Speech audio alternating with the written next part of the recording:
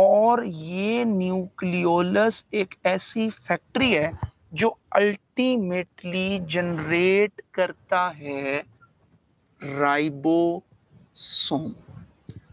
अच्छा, हम कहते हैं कि जी राइबोसोम को अगर पढ़ा जाए तो ribosomes are also termed as cellular engines. इनको हम लोग सेलुलर इंजन्स कंसिडर करते हैं। क्यों सेलुलर इंजन्स कंसिडर किया जाता है? इनको सेलुलर इंजन इस पर्सपेक्टिव में कंसिडर किया जाता है क्योंकि सेल की प्रोटीन सिंथेसिस करते हैं और प्रोटीन सेल के अंदर सबसे मेजर रोल प्ले करती हैं। तो आपके पास सेल में बनने वाली सारी की सारी प्रोटीन, सारे के सारे एंजाइम्स, चूंकि राइबोसोम के मरहूने मिन्नत होते हैं या राइबोसोम के जिम्मेदार होते हैं, इस वजह से हम या उस पर डिपेंडेंट होते हैं। तो इस वजह से हम लोग ये डिस्कस करते हैं कि आपके पास ये सेलुलर इंजन्स हैं, या हम लोग ये बात पढ़ते हैं कि आपके पास ribosomes are also named as Pallade granules because Pallade was the very first person in 1955 who discovered the ribosomes।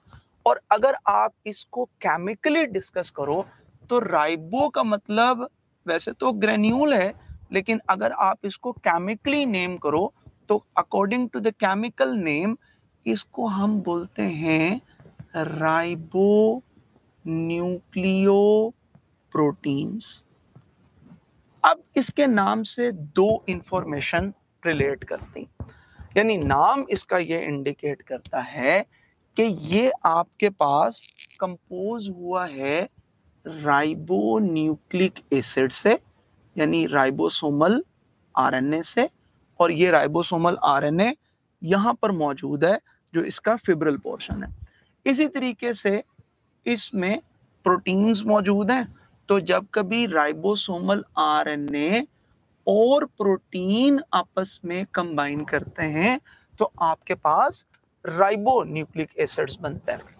हम ये कंसिडर करते हैं कि किसी एक यूकैरियोटिक सेल के अंदर, किसी एक यूकैरियोटिक सेल के अंदर आपके पास 40% राइबो न्यूक्लिक एसिड होता है और 60% प्रोटीन्स पाई जाती हैं। इसी वजह से हम ये कहते हैं कि शायद उन्होंने नाम भी इसी बेस पे रखा होगा कि राइबो न्यूक्लिक एसिड, क्योंकि कॉन्जुगेटेड मॉलिक्यूल के अंदर जो बेस मॉलिक्यूल प्रोटीन है उसकी क्वांटिटी ज्यादा है। जैसे आप ग्लाइकोप्रोटीन्स की बात करते हो तो उसमें प्रोटीन ज्यादा होती हैं, आप ग्लाइकोलिपिड्स की बात करते हो तो उसमें लिपिड ज्यादा होते हैं।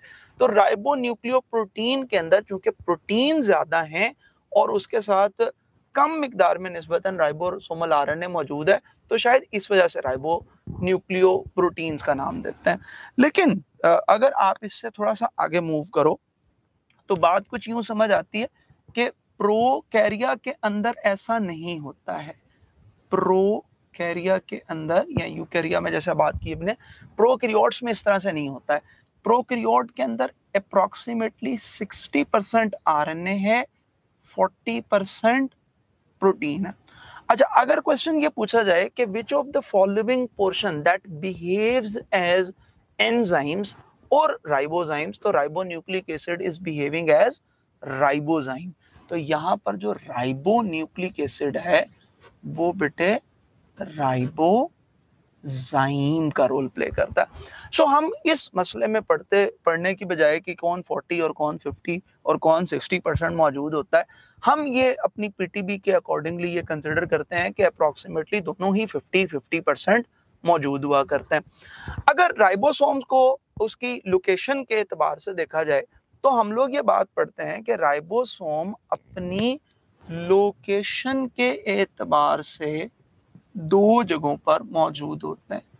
ये लोकेशन के एतबार से या तो RER के साथ अटैच्ड फॉर्म में पाए जाते हैं और या फिर ये फ्री फॉर्म में साइटोप्लाज्म साइटोप्लाज्म के अंदर मौजूद होता है। एक कॉमन कंसिडरेशन ये है कि RER से जो प्रोटीन्स प्रिपेयर होती हैं वो या तो सेल में स्टोर हो जाती हैं या वो सेल से एक्सपोर्ट हो जाती हैं, जबकि फ्री साइटोप्लाज्म के अंदर मौजूद राइबोसोम से जो प्रोटीन्स प्रिपेयर होती हैं वो सेल के अंदर यूटिलाइज होती हैं। यानी ग्लाइकोलाइसिस के जितने भी एंजाइम हैं वो फ्री साइटोप्लाज्म से बनते हैं, या सेल ने जो एंजाइम सिक्रीट करने हैं तो वो RER से फॉर्म होते हैं। इसी तरीके से अगर आप राइबोसोम्स के हवाले से देखो तो ये मल्टीपल सब यूनिट्स की बेस पे पाया जाता है, और हम इसके ऊपर बच्चों की आसानी के लिए एक सिंपल सा यूं डिस्कस करते हैं कि ये जो राइबोसोम्स मौजूद हैं ये 30,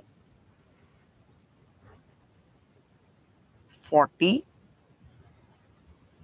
50, 60, 70 और 80 स्वेडवर्ग्स की फॉर्म में मौजूद होता है।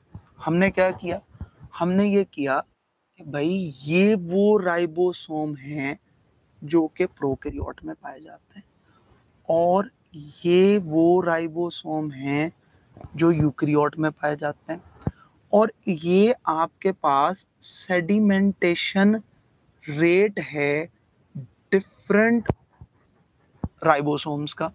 जैसे मैं ये कहता हूँ कि आपके पास चूंकि ये डिफरेंट सब यूनिट्स की फॉर्म में मौजूद हैं तो ये आपके पास है स्मॉलर सब यूनिट, जबकि ये है, अच्छा बेटा मैं बताता हूँ।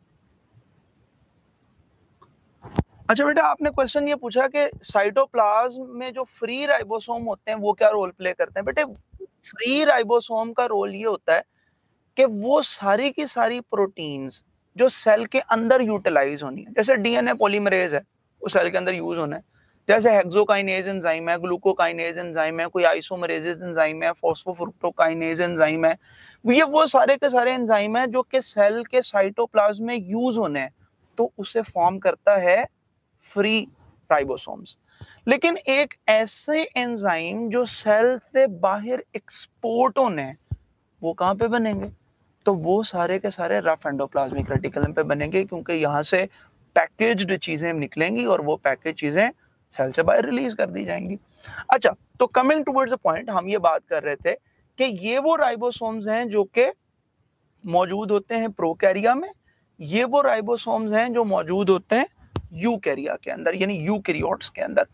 और सवाल ये प्रोड्यूस होता है कि भाई ये क्या मामला है कि आपके पास ये 40 और 60 दोनों मिलते हैं, तो ये तो 100S बनना चाहिए, लेकिन ये तो 80S बन रहा है। अच्छा, इस पॉइंट को जरा समझने की कोशिश कीजिएगा। ये जो S शो कर रहा है ना जी, ये S असल में शो करता है स्वेडबर्ग यूनिट, और इस स्वेडबर्ग यूनिट की वैल्यू है 10⁻⁻13 सेकंड। यानी ये आपके पास सेल के अंदर, ये आपके पास सेडिमेंटेशन रेट है, ये टाइम को कंसिडर करता है कि किसी एक इंग्रेडिएंट को, किसी एक पार्टिकल को सेडिमेंट होने में कितना वक्त लगता है। अब हमें एक इसके ऊपर सिंपल सी एग्जांपल कंसिडर करते हैं। मैं एक पेपर के जरिए आपको ये एग्जांपल समझाने की कोशिश करता हूँ। ये पेपर, अगर बेटे आप सिंपल ये पेपर देखें और मैं आपसे ये कहूं कि ये पेपर यहाँ पर मौजूद है और ये इसका एक पर्टिकुलर वॉल्यूम है, ये एक एरिया कवर कर रहा है, अगर मैं इस पेपर को बेटे यहाँ से फॉल करूं तो it will take some time to settle down, right. अब इस पेपर का वेट वही है, ये वही पेपर है जो आपको पहले नजर आ रहा था, ये अब भी वही पेपर है, लेकिन अगर अब मैं इस पेपर को कंपैक्ट कर देता हूं तो मुझे बताएं कि इस पेपर के मास में कोई फर्क आया? इसके मास में कोई फर्क नहीं आया, लेकिन इसकी शेप रिड्यूस हो गई है। अब मैं इसको जब कभी फेंकूंगा तो ये बड़ी तेजी से गिर जाएगा। बिल्कुल इसी तरीके से इन राइबोसोमल यूनिट्स के साथ होता है कि जब ये एक दूसरे से सेपरेटेड फॉर्म में होते हैं तो ये थोड़े से ब्रॉडर इमेज के अंदर, ब्रॉडर फॉर्म के अंदर मौजूद होते हैं। जब कभी ये दोनों एक दूसरे से मिल जाते हैं तो ये एक दूसरे के ऊपर बेटे इस तरह से ओवरलैप करते हैं, ये इस तरह से एक दूसरे के ऊपर ओवरलैप करते हैं कि इनकी शेप कंस्ट्रक्ट हो जाती है। जब इनकी शेप या इनका वॉल्यूम कंस्ट्रक्ट हो जाता है तो जितना ज्यादा वॉल्यूम रिड्यूस होगा, हम ये जानते हैं कि D is equal to M over V। जितना ज्यादा वॉल्यूम रिड्यूस होगा उतनी डेंसिटी इंक्रीज होगी। जिस कदर डेंसिटी इंक्रीज होगी, जिस कदर ये डेंस हो जाएंगे, उतनी जल्दी ये सेडिमेंट हो जाएंगे। तो बजाय इसके कि ये 100s के ऊपर सेडिमेंट होते हैं, ये 80s के ऊपर सेडिमेंट हो जाते हैं।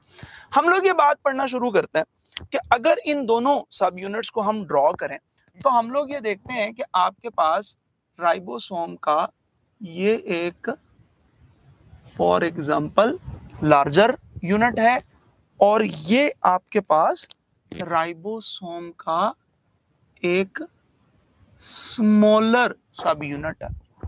उसने कहा कि जी ये जो आपके पास लार्जर और स्मॉलर सब यूनिट्स यहां पर मिलते हैं, ये लार्जर और स्मॉलर सब यूनिट्स एक दूसरे से अटैच कैसे होते हैं। जब तक बेटे ये दोनों यूनिट एक दूसरे के साथ अटैच नहीं होते तब तक ये फंक्शनल रोल प्ले नहीं कर सकते। सो हम ये कहते हैं कि जी एक तो बहुत बड़ा रोल इनको अटैच करवाने में मैग्नीशियम आयन का है। ये magnesium ion just 0.001 molar concentration के अंदर मौजूद होते हैं, लेकिन दे आर एनफ जो इसको बाइंड कराने में रोल प्ले करता है। मजीद